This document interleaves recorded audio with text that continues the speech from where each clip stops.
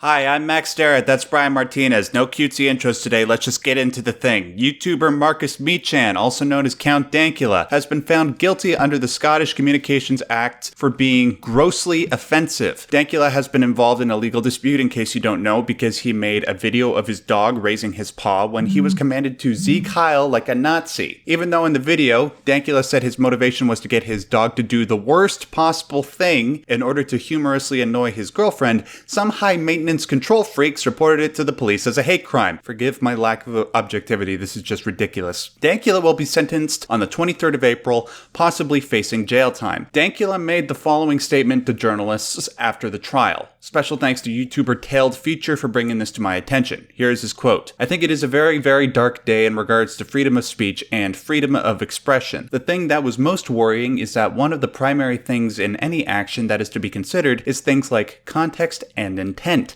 And today, context and intent was completely disregarded. To disregard such things like that means that your actions no longer matter. They decide what your context and intent is. So, for any comedians in Britain, be very, very worried about making jokes in the future because your context and intent behind them apparently don't matter anymore. Brian, go. This is tremendously fucked up.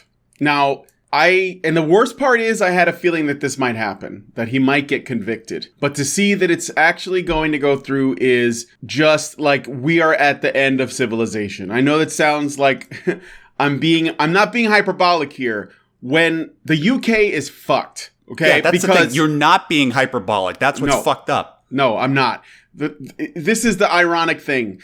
If Count Dankula had converted to Islam before he made this video, he would not be in prison. In fact, his critics would be. In the UK. Okay? I mean, this is goddamn ridiculous. And people, one other thing I want to say. There are people on Twitter and social media and stuff that are trying to play the radical centrist, alt-centrist role where they're basically saying, oh, I don't know, this, I could see how, no, bullshit, guys, bull fucking shit. If you don't understand how ridiculous this is, this guy told a joke and he's going to possibly serve prison time. He's been convicted of a crime for telling a joke on the internet. Now, I was gonna talk about this a little bit on the HBR news segment and be a little bit more on the humorous end, try to put a little bit of a twist on it that we can chuckle at. But the fact is, I find this extremely disturbing coming from what was once, at least, one of the greatest nations in the West. One of the ones that was, very heavily involved in all of this, what we would consider to be classical liberalism today. And this is it's unbelievable. The thing is, like, people everywhere I've been seeing, oddly enough, which is absolutely frightening to me, is that people saying that we're being hyperbolic. No, listen. Brian's right when he's speaking about how UK used to be one of the greatest nations on the planet. Let me put it into perspective for you, okay? What types of news stories have we been seeing coming out the last few weeks? We got thousands of rapes of young girls in the cities of Rotherham and Telford and Rochdale being completely ignored because the authorities were afraid of being called racist. You got the leader of the Labour Party, who has notoriously been giving speeches in front of crowds that proudly display flags with the hammer and sickle on them, a symbol which signifies the deaths of hundreds of millions, and yet you put all of your time and effort into convicting this guy just because he made a joke. Was he calling for the death of an entire ethnicity? No! Are you out of your goddamn minds? Are you high? Are you really going to go forward with this? Do you not understand what you have done? You know what the biggest joke is now?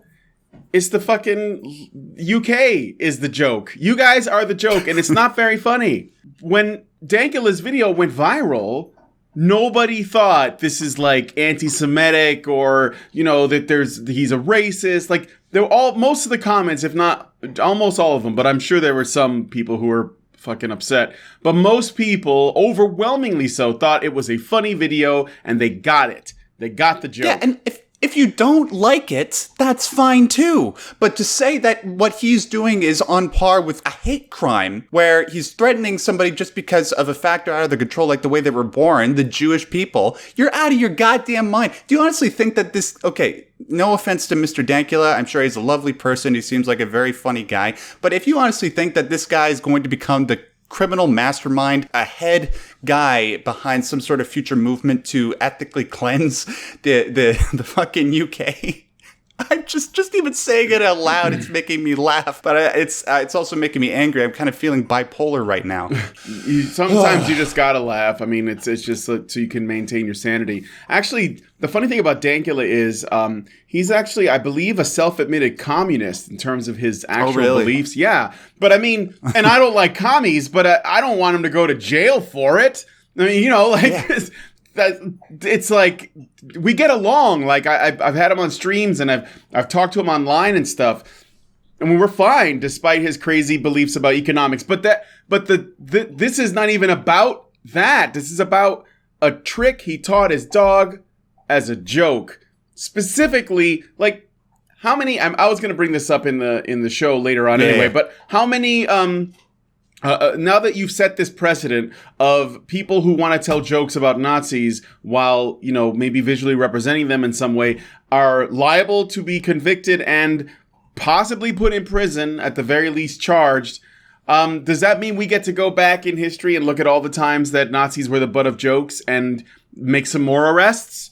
I mean... Sarah Silverman. Yeah, I mean, is that what we got to do? Are we going to...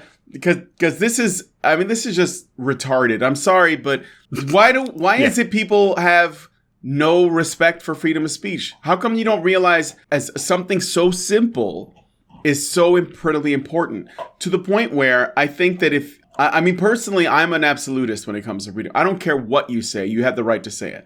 Now, consequences for things like libel or slander or lying or whatever, those are... To face consequences for that are not anti-speech. That's not an anti-speech argument. That's an fraudulent thing. That's like penalizing people for, being dishonest, not necessarily for saying things.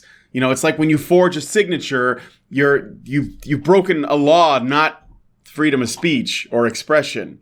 You've forged a signature. It's the same. That's the same idea.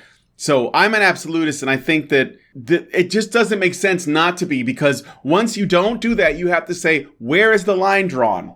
And everyone has different ideas on where that is. So it might just be better, at least from my opinion, to do it in a black and white way. If you are offended by something that somebody says, then you can, engage them in discussion, argue with them, insult them, or just don't engage at all. Just leave. Just take yourself out. You could quote somebody like Stephen Fry and say, so fucking what? Yeah. If you're offended.